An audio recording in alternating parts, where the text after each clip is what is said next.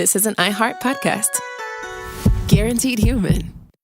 With no fees or minimums on checking accounts, it's no wonder that Capital One Bank Guy is so passionate about banking with Capital One. If he were here, he wouldn't just tell you about no fees or minimums. He'd also tell you about how Capital One cafes are open 7 days a week to assist with your banking needs. Yep, even on weekends. It's pretty much all he talks about, in a good way. What's in your wallet? Terms apply. See CapitalOne.com/bankguy. Capital One N.A., member FDIC. Work can be a little weird. Cringy training seminars, coworkers who won't stop talking about their plant, forgetting the mute button at an inopportune moment. We have to deal with a lot on any given workday. Sometimes it can feel hard to thrive and move forward in your career. Well, that's where LinkedIn comes in. LinkedIn helps you get ideas and insights from experts in your field, connect with people professionally, grow your network, and access tools designed to help you find the right fit for your next role. Whether you're just getting started, figuring out your next move, or looking to accelerate your career, LinkedIn is built to support you at every stage, because LinkedIn is the network that works for you. Visit linkedin.com/knowstuff to learn more. Welcome to Stuff You Should Know from HowStuffWorks.com.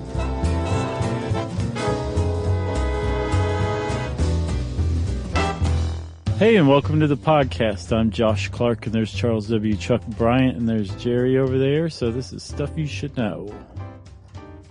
Controversy edition.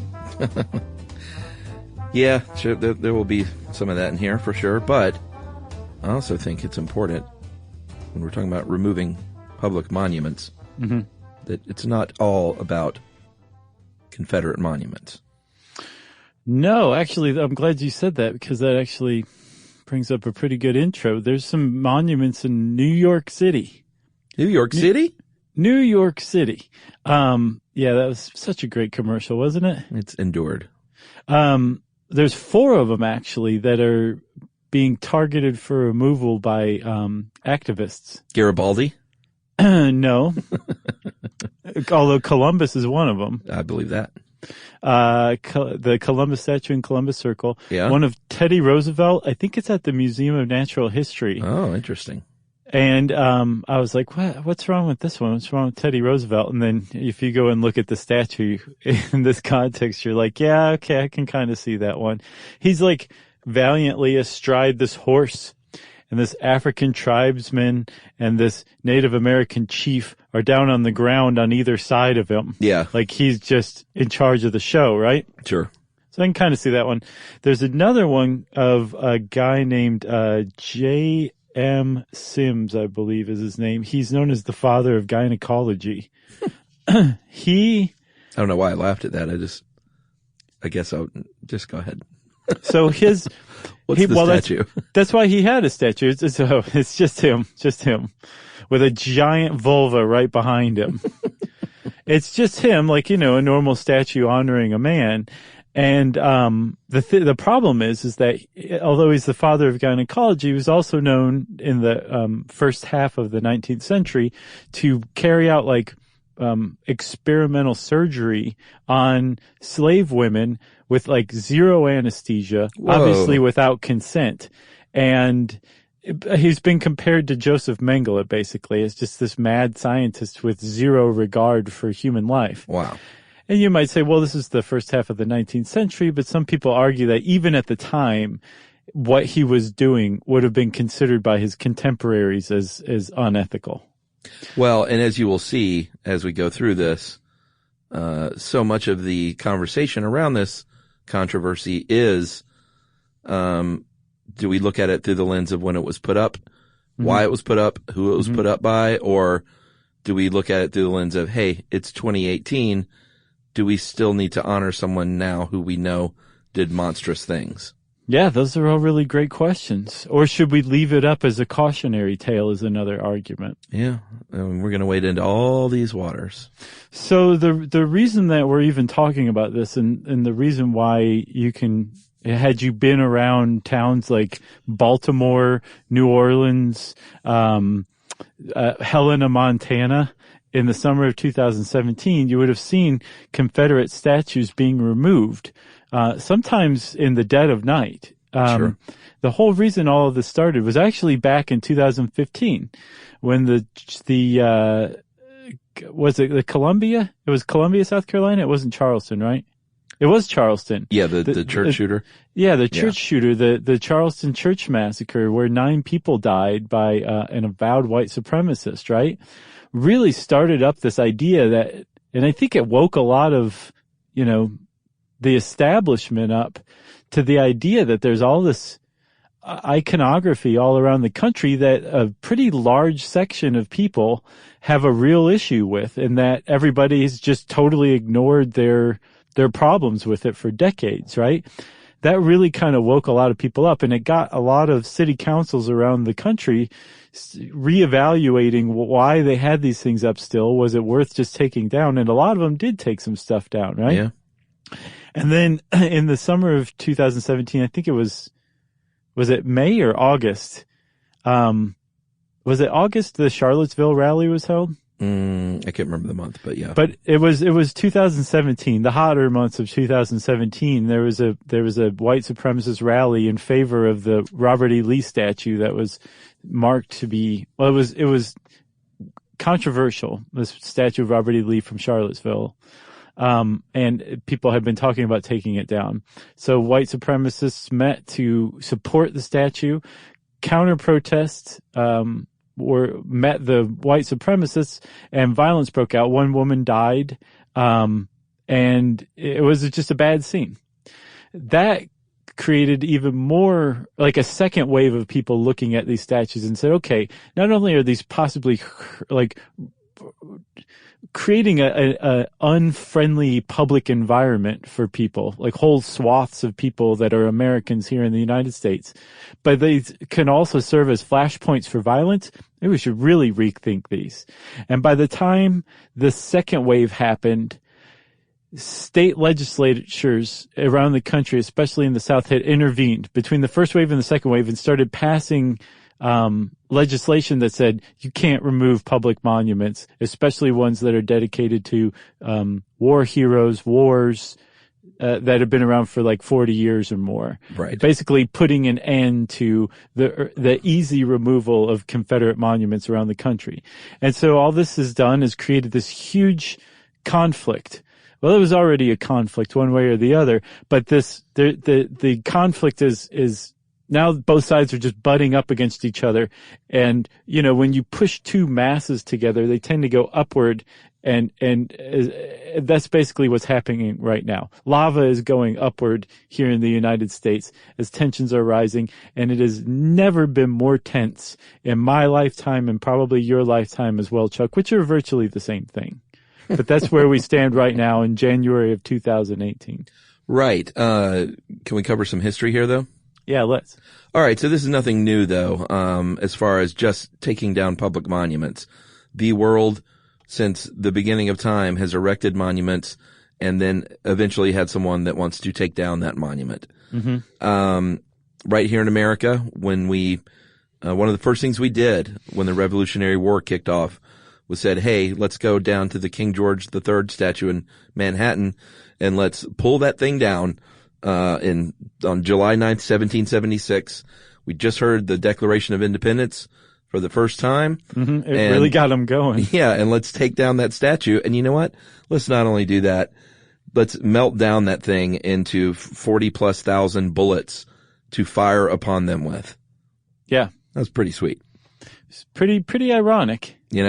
Said, here's some King George for you, red coat. I think that's what they said. And this goes well beyond that, of course. Spanish, raised Aztec and other temples in the Americas. So Catholic cathedrals could be built. Like basically someone would take over, tear down those statues, put up their own. Yeah. Then someone else would come along, tear down those statues. And it wasn't always, a lot of times it was a good thing. So you would have like in Hungary in 1956, you had the Hungarian uprising against the Soviets, and they stormed Budapest and tore down a statue of Stalin. Stalin had quite a few, and Lenin quite a few statues of themselves toppled over the years. Yeah, wherever communism spread, if there was like a communist-backed regime or country, or even just a non-backed but communist polarized country, you could probably find a statue of at least Lenin, if not Stalin, too, in this country. Even like places like Ethiopia had them, right? And so when there's an invading army or a revolution or a regime change, this is usually when you see a statue torn down. Yeah, it's a symbolic gesture. Sure, it is. And it's almost like but it's also like a part of the healing process, it seems like, too, or at least the transition process. Let's call it that, right? Yeah. Then there's another type of situation where statues tend to get torn down, and that's when there's like a cultural shift. And that's kind of what we're seeing now with this, with the Confederate monument controversies. Right. And what you've also seen in the 2000s in Latin America, where in places like Venezuela, statues of Columbus started to come down and replaced with things like indigenous chiefs who once tried to fight off people like Columbus. Yeah, Goai Kaipuro. Yeah, that's a full shift from not only are we going to not walk by this Columbus statue every day, now that we know what we know, but we're going to put up a statue of people that tried to defend against him. Right. Right. So it's almost like they are hundreds of years later throwing off the shackles of imperialism, I guess. The stank of imperialism. Right. Should we take a break? I'm pretty worked up, yeah. Yeah, I feel like we need to go rub each other's shoulders for a minute. Okay. All right. Prepare for it. Learning stuff with Joshua and Charles. Stuff you should know.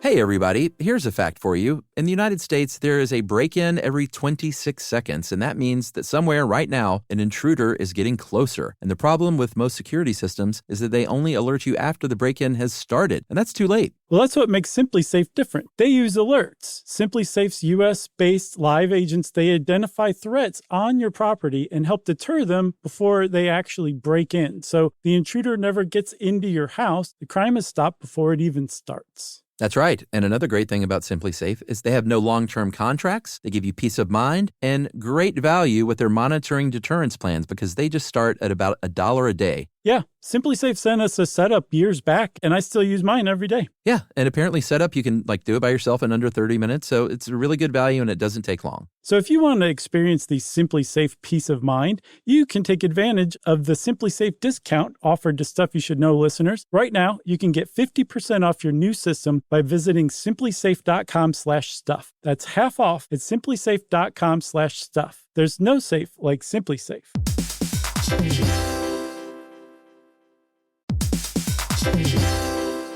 You know, it's hard to believe that the first phone call ever happened over 150 years ago. Just think about that, Chuck. Yeah, it was a long time ago. And I'm Gen X, so I grew up talking on the phone with my friends in high school and stuff, and it was a really fond memory. And over all these years and all these phone calls, AT&T has been there, connecting people in meaningful ways. And this is more than a story of technological innovation. It's a story of human connection. That's right. Over that 150 years, there's been a lot of connection with people, whether it was me in high school or family connecting with one another long distance or those long distance relationships. And AT&T has been there for it all. Connecting changes everything. AT&T.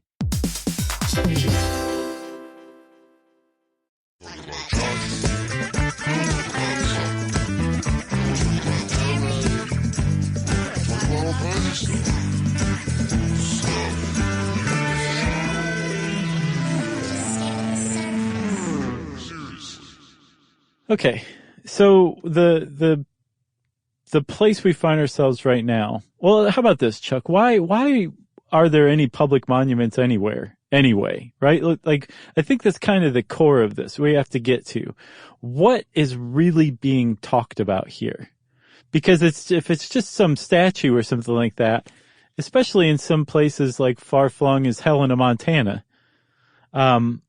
What does the Statue of the Confederacy have anything to do with? What does any statue have anything to do with?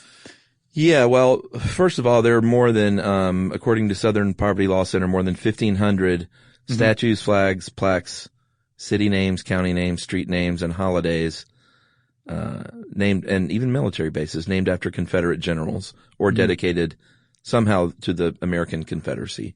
Yeah. And that includes everything from like you said, street names and flags and all that. Right. There's like not just statues. There's 700 statues and monuments just on public property. So 700 of those are statues and monuments. And 32 of those have either been dedicated or rededicated since 2000. Right. So what these range anywhere from, Confederate Avenue over on the east side of Atlanta, which is just a street name, to, you drive through Atlanta and you see, if you pay attention, you see Civil War battle, plaques all over the place. And I put these in a slightly different category because they are literally just historical markers. Like, they're very neutral. On this, in this Sonic, parking lot, there once was a battle waged between this brigade and this brigade on this date, and this is what happened here. Not even that. Sometimes it'll be like the Confederate Army thought about making camp here, but decided not to, so they did a quarter mile east of this spot. Yeah, because it's a little hilly, don't you think? Right. Can you blame them? Yeah, and I put those in a different category because those are historical markers of where something happened. It's not saying, maybe some of them do, but it's not saying this is where the proud sons of the 18th Brigade fought off the evil Yanks in their bid to ensure slavery. Yeah, that tends to be, you'll find those more on like monuments or statues. Right. Especially ones that were bankrolled by private individuals or private groups who were just one and the same with the people who were running that little town at the time. Yeah, I mean, all right, so that's sort of the crux for me with this whole thing. What? Is when and why were these things erected to begin with? Yeah. And by whom? And in many, many cases, some private rich person paid for this thing to be put up as a definitive screw you to what was going on in the country at the time. And it's very rarely has it just been like, hey, you know what? We should just put up a statue because, we think Robert E. Lee is a great general. Time and time again, you see stories, for instance, Charlottesville, that statue of Robert E. Lee. Yeah. It was commissioned and paid for by a wealthy individual named Paul Goodloe McIntyre in 1917 when he also bought the surrounding park and said, this is for whites only. And let's put a statue of General Lee. Like, the context of how that happened is key to me. Right. And actually, Chuck, that still goes on today. A lot of the monuments that are erected to the Confederacy are erected through private funding on private land, which makes them wholly out of reach of any debate over whether they should be removed or not, because that is covered by two very important American rights, which is the right to free speech, whether people like it or not, and private property rights. You Right. put those two things together, something is basically untouchable. Yeah, and listen, we say all of this, like I'm not really weighing in. I think people probably know how I feel, let's be honest.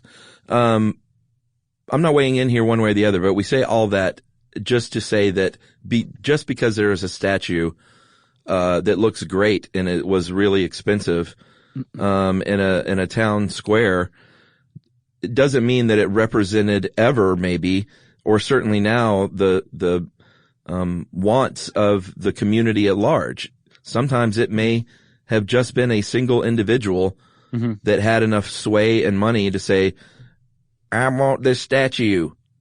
Yeah. You know what I'm saying? Yeah. So it's a very, and I think who wrote this? Was it Dave Roos? Yeah. He put it best. He said, what it represents is a very narrow historical record.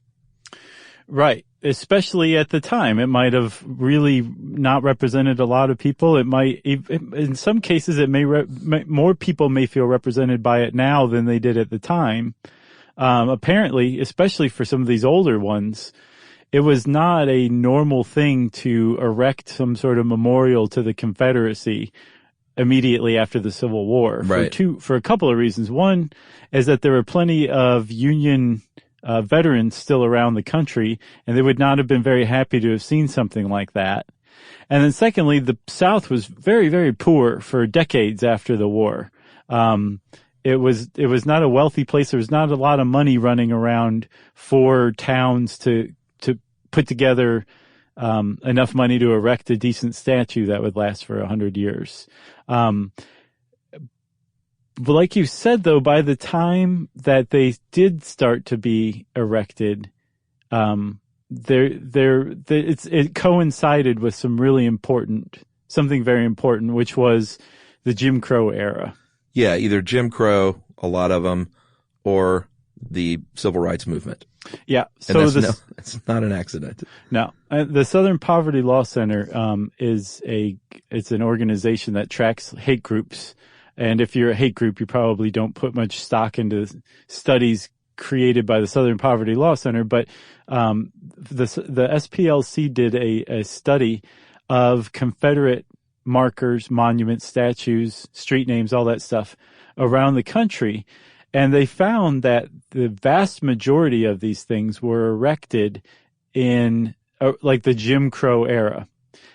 From say 1890 till just after the First World War, that's when most of the statues to the Confederacy and monuments were erected. And this is a time when the South had gone through Reconstruction. The North had abandoned the Reconstruction project.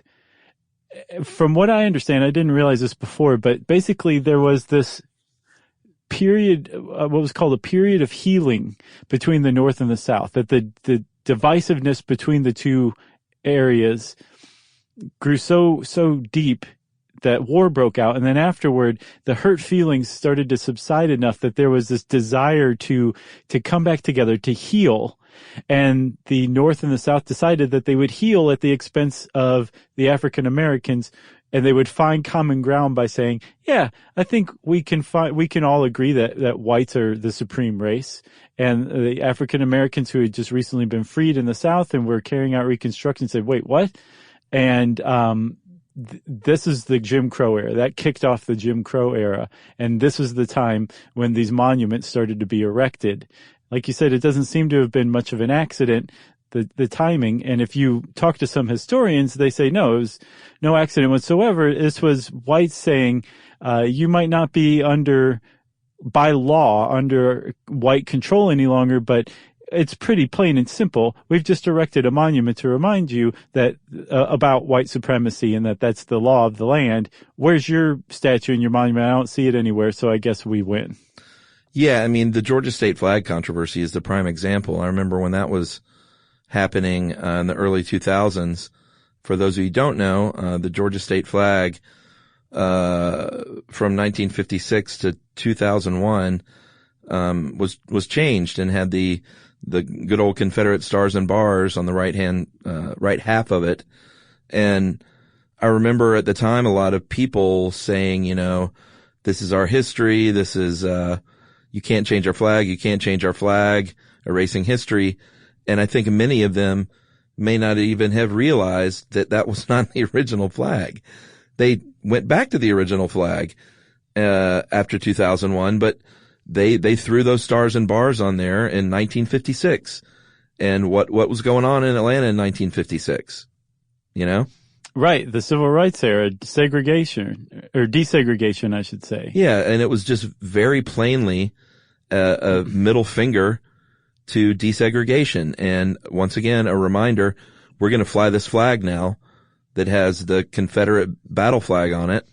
And 50 something years later in the 2000s, maybe a lot of people will forget that this was not the original flag. And that's exactly what happened. Man, it happened in ACES too. Yeah.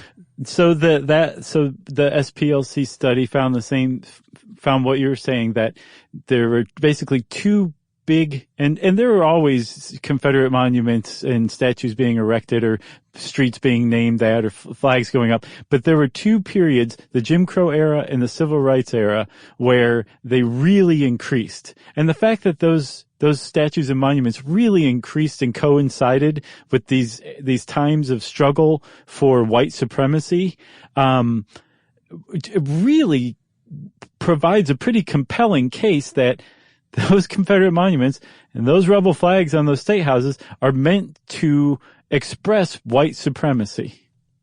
Yeah. It's tough to look at it any other way when you look at this timeline like that. Yeah. And that's what's at issue, you know? What is the meaning of the Confederate flag on a state house? What is the meaning of a Confederate monument or statue in a town square?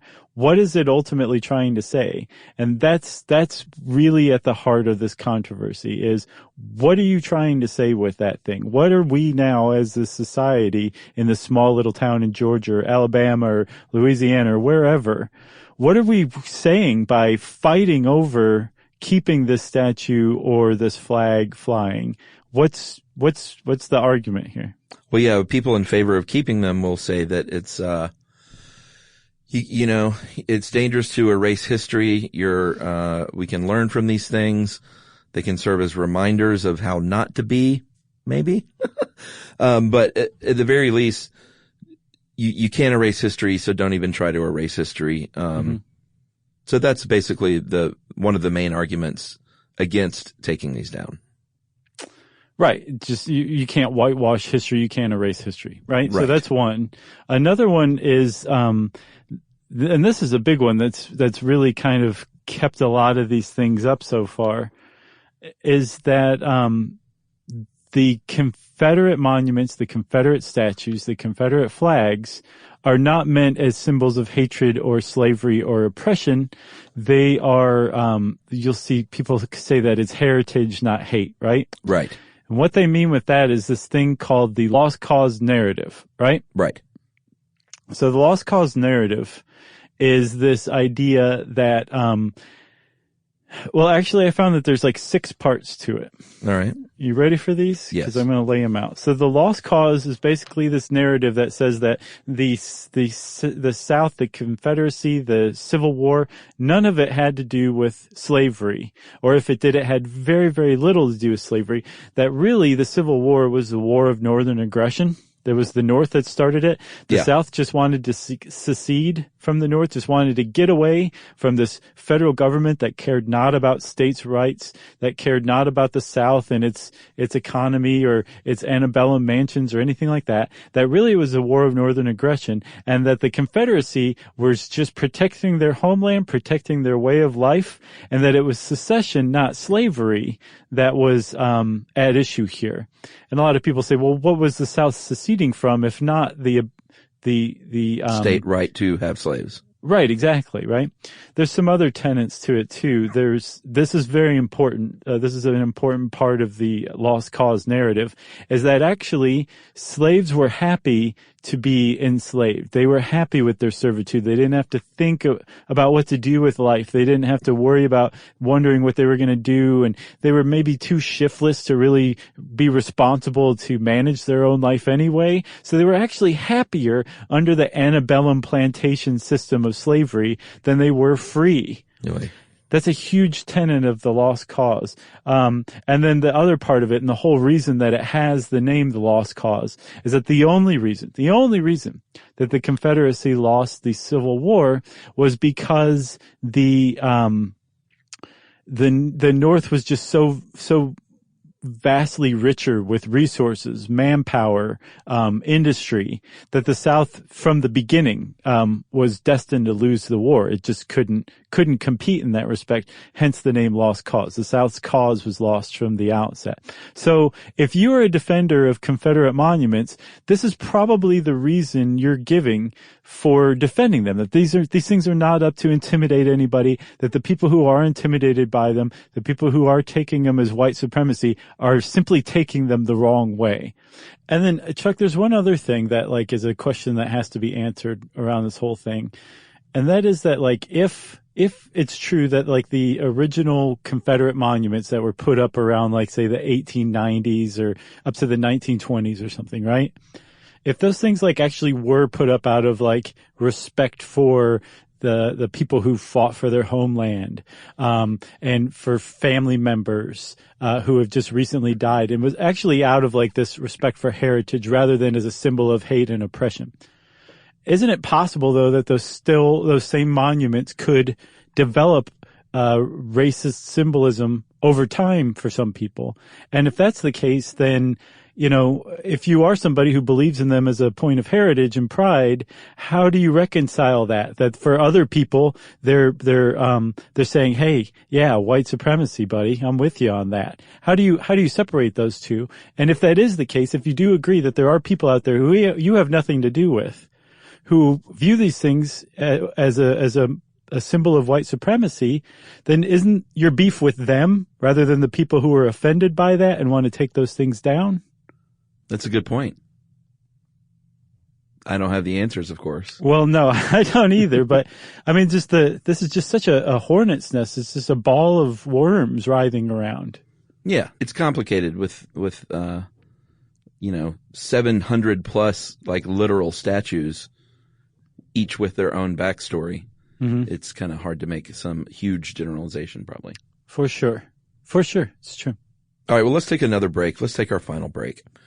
And we'll talk a little bit about just the ins and outs, like the sort of the mechanics of really removing these and how that works, and the counter argument to lost cause legally, which would hinge on the equal protection argument. Right after this. Learning stuff with Joshua and Charles. Stuff you should know.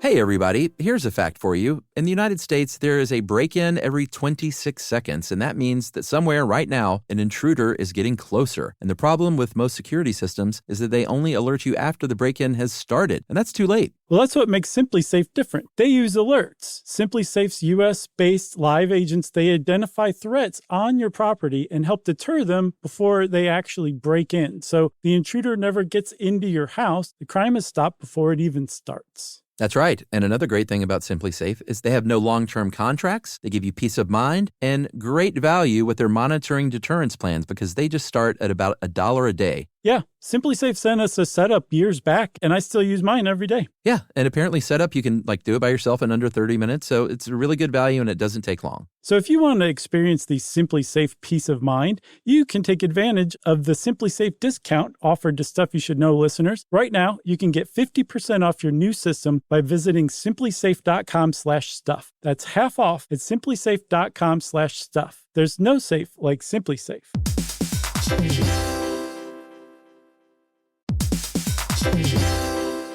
You know, it's hard to believe that the first phone call ever happened over 150 years ago. Just think about that, Chuck. Yeah, it was a long time ago. And I'm Gen X, so I grew up talking on the phone with my friends in high school and stuff, and it was a really fond memory. And over all these years and all these phone calls, AT&T has been there, connecting people in meaningful ways. And this is more than a story of technological innovation. It's a story of human connection. That's right. Over that 150 years, there's been a lot of connection with people, whether it was me in high school or family connecting with one another long distance or those long distance relationships. And AT&T has been there for it all. Connecting changes everything. AT&T.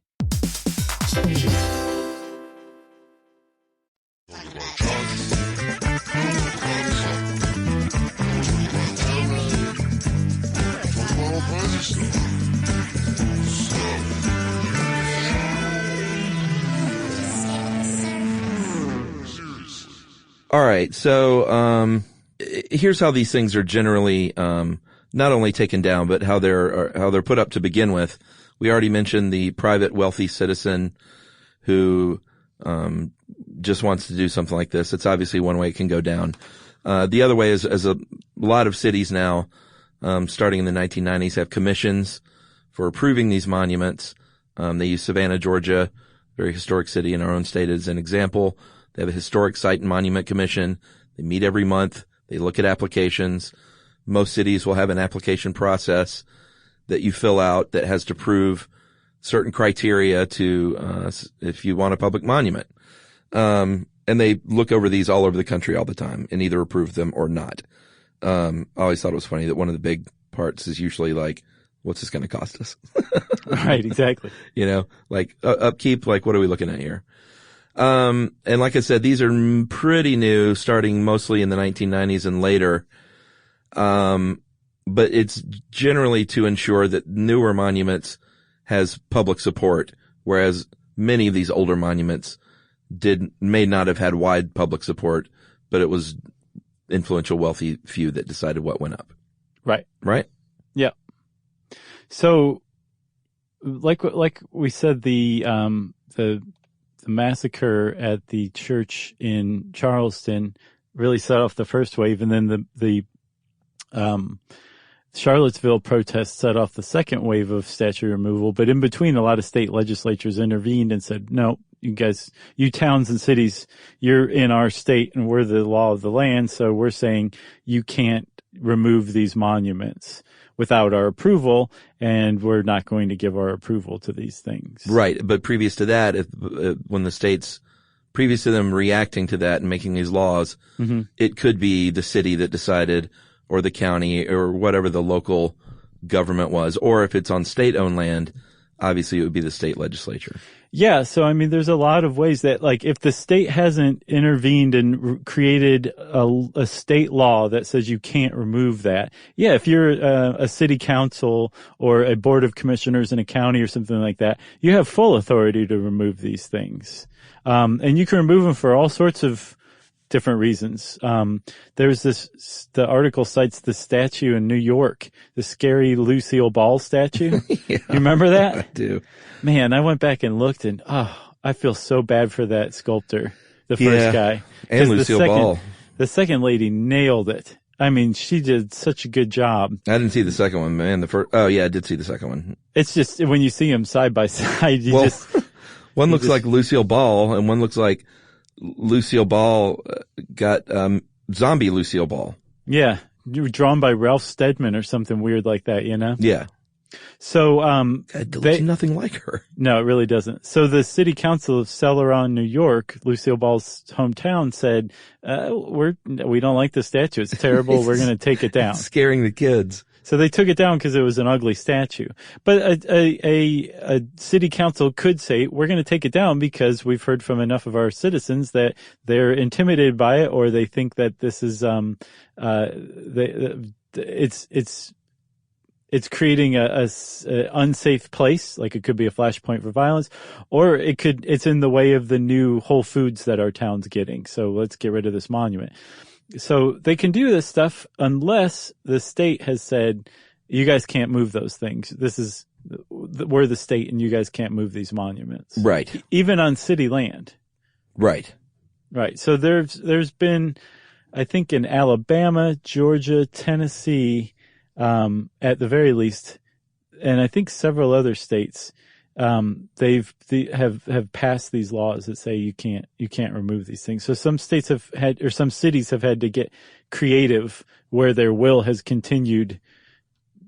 Their desire to take these statues down has continued even after the state said they can't. So the city of Memphis, which had a couple of statues that wanted to take down, one of Robert E. Lee and one of Elvis, one of Nathan. No, they're not touching that. Yeah. One of Nathan Bedford Forrest, who was one of the early leaders of the Klan. Yeah. They wanted these statues taken down, but they couldn't take them down because they resolved to take them down after Tennessee passed its protection law.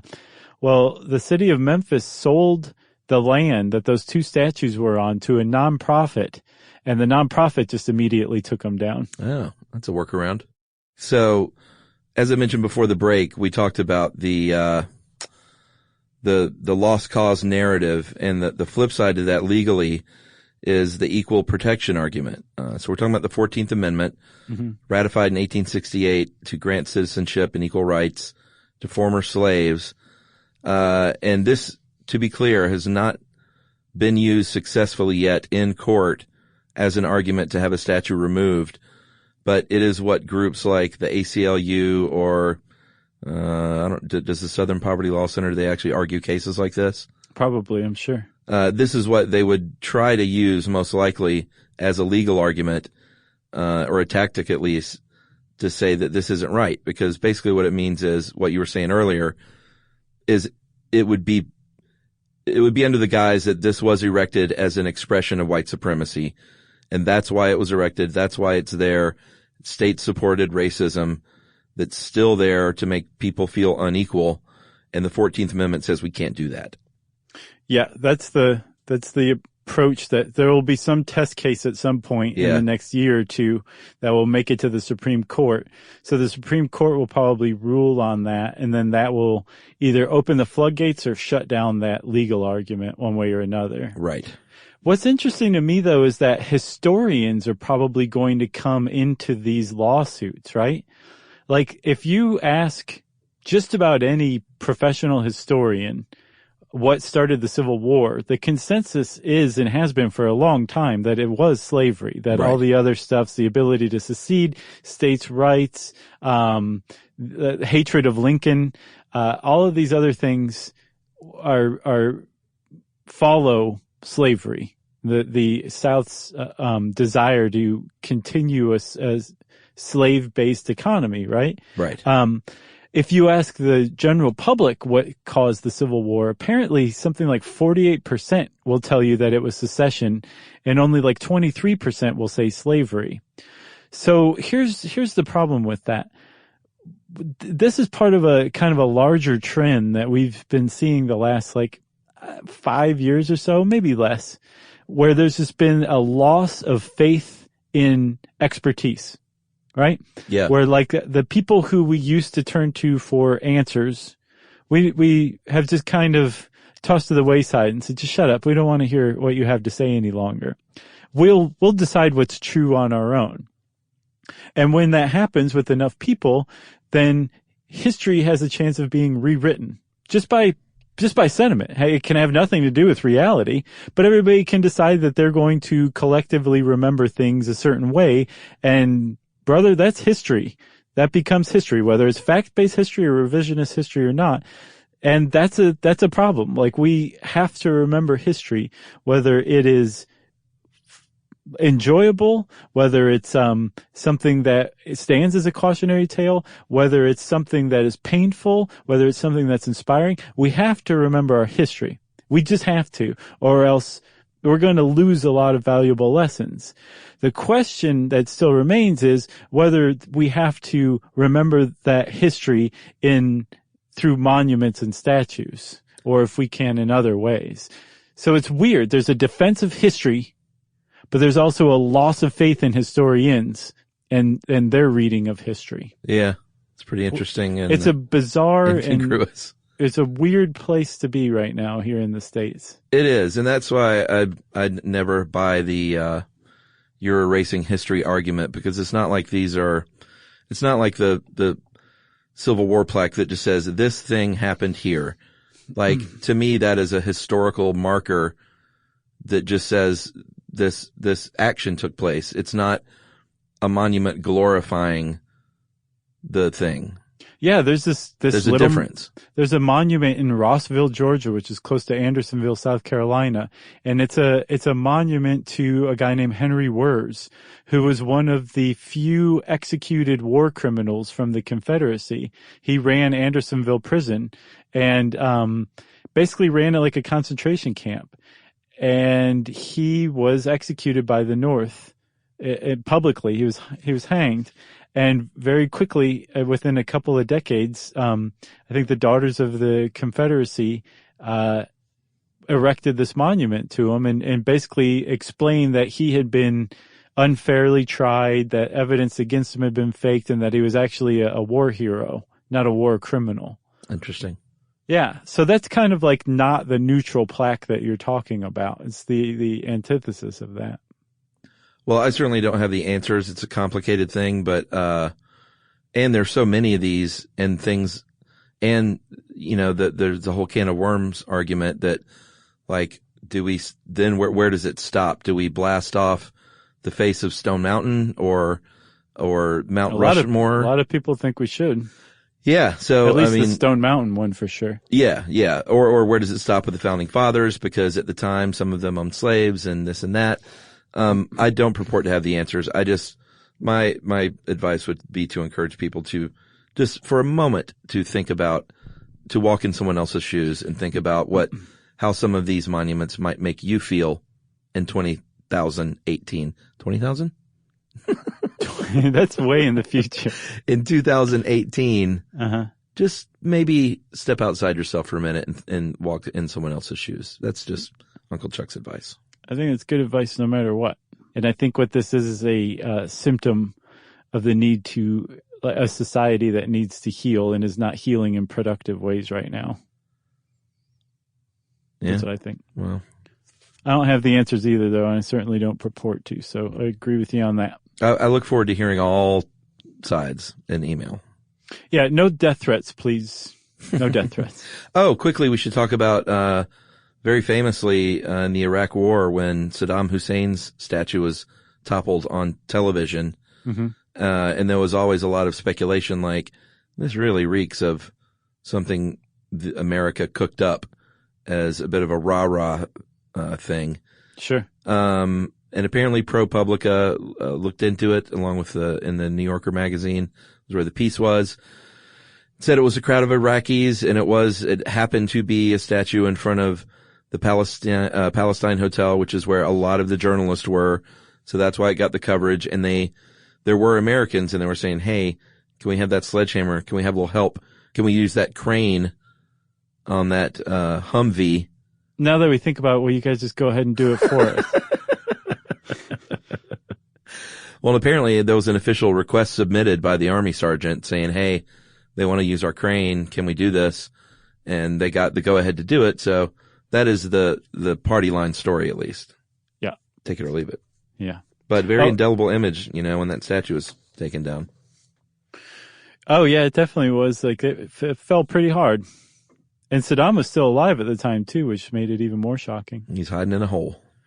Kind of an interesting time, like I said, to be in America. Weird, weird time. Well, I've seen other people call for saying, like, maybe don't take it down, maybe erect another statue next to Robert E. Lee of Rosa Parks or something, and maybe add to the Stone Mountain monument and make it a history of Atlanta, and add Martin Luther King to it, and make it more of a diorama and more inclusive. So I've seen arguments all over the place with all kinds of suggestions, because with 1,500 Confederate markers of some kind, I mean, that's a lot of stuff.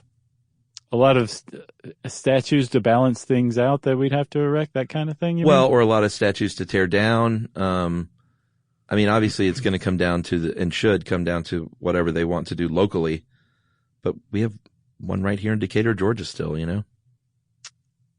Which one?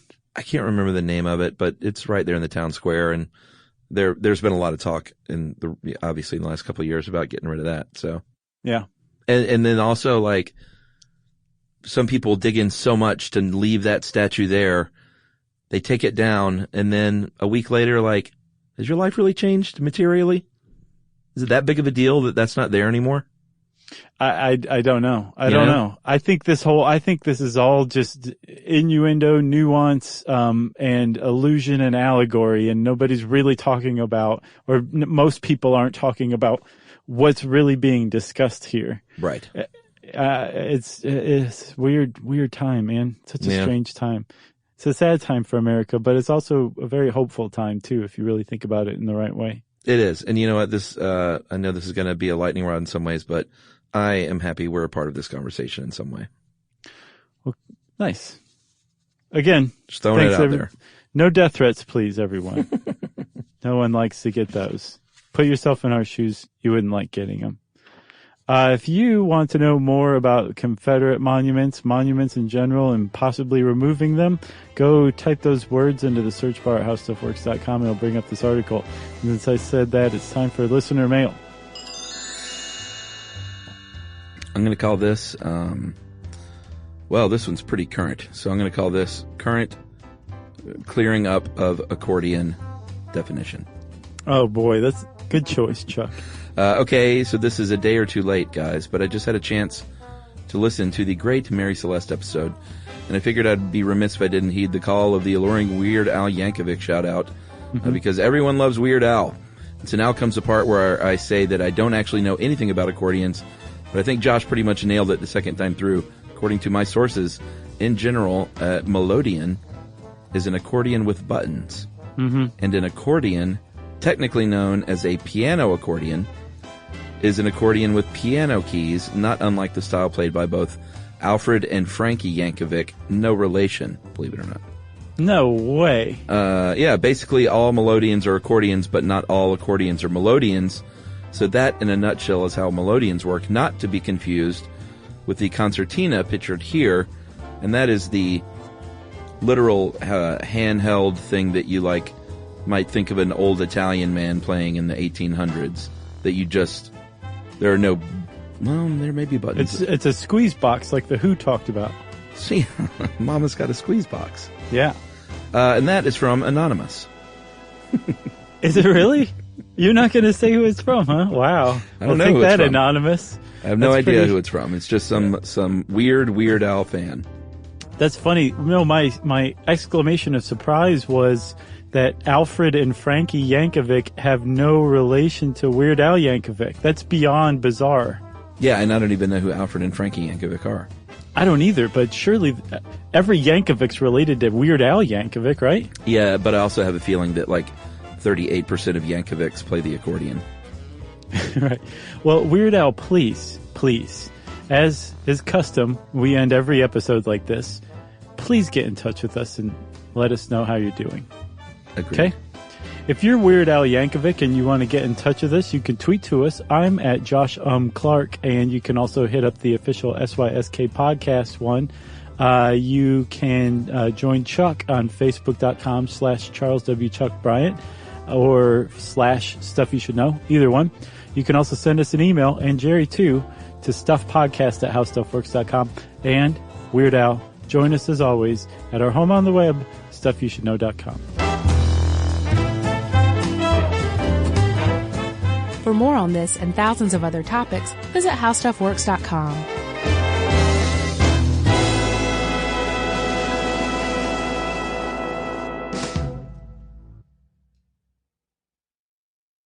Mom, can I have Lingo Kids? Dad, Lingo Kids, please! When did we become the Lingo Kids house? No idea. Last week it was dinosaurs. This week it's... Lingo Kids! Why Lingo Kids? Because it's the best thing ever. We can play games with astronauts, wild animals, and superheroes. With more than 4,000 interactive games, songs, and shows, Lingo Kids is the #1 entertainment platform for young kids. So, no dinosaurs? And dinosaurs! Lingo Kids! Everything kids love. Download it for free. You know, you could be adored by everyone and still completely ignored by your cat. Trust me, I know. But if you feed your cat Sheba, you can go from being ignored to truly adored in 12 days guaranteed or your money back. Sheba has a full menu of products, appetizers, entrees, treats, even a kitten's menu. It's so cute, so Sheba has a product for even the pickiest eater. Like Sheba Puree, it's made with bone broth, they are chef-inspired flavors, it's got a smooth and creamy texture that cats love, and contains no corn, wheat, soy, or artificial flavors. It's food that your cat's gonna love. To learn more, check out Sheba.com. That's SHEBA.com. This is an iHeart podcast. Guaranteed human.